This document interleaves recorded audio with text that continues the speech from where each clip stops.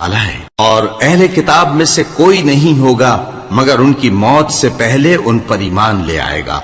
اور وہ قیامت کے دن ان پر گواہ ہوں گے۔ پس ہم نے یہودیوں کے ظلموں کے سبب بہت سی پاکیزہ چیزیں جو ان کو حلال تھیں ان پر حرام کر دی، اور اس سبب سے بھی کہ وہ اکثر اللہ کے رستے سے لوگوں کو روکتے تھے،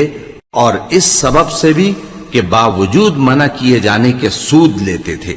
اور اس سبب سے بھی کہ لوگوں کا مال ناحق کھاتے تھے، اور ان میں سے جو کافر ہیں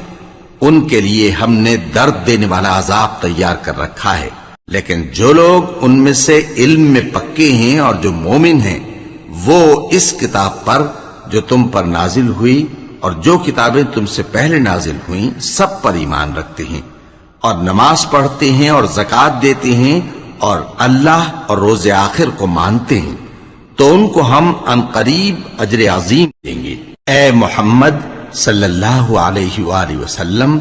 ہم نے تمہاری طرف اسی طرح وحی بھیجی ہے جس طرح نوح اور ان کے بعد والے پیغمبروں کی طرف بھیجی تھی، اور ابراہیم اور اسماعیل اور اسحاق اور یعقوب اور اولاد یعقوب اور عیسیٰ اور ایوب اور یونس اور ہارون اور سلیمان کی طرف بھی ہم نے وحی بھیجی تھی، اور داؤد کو ہم نے زبور بھی عنایت کی تھی، اور بہت سے پیغمبر ہیں کہ جن کے حالات ہم تم سے پیشتر بیان کر چکے ہیں، اور بہت سے پیغمبر ہیں جن کے حالات ہم نے تم سے بیان نہیں کیے، اور موسیٰ سے تو اللہ نے خود کلام فرمایا۔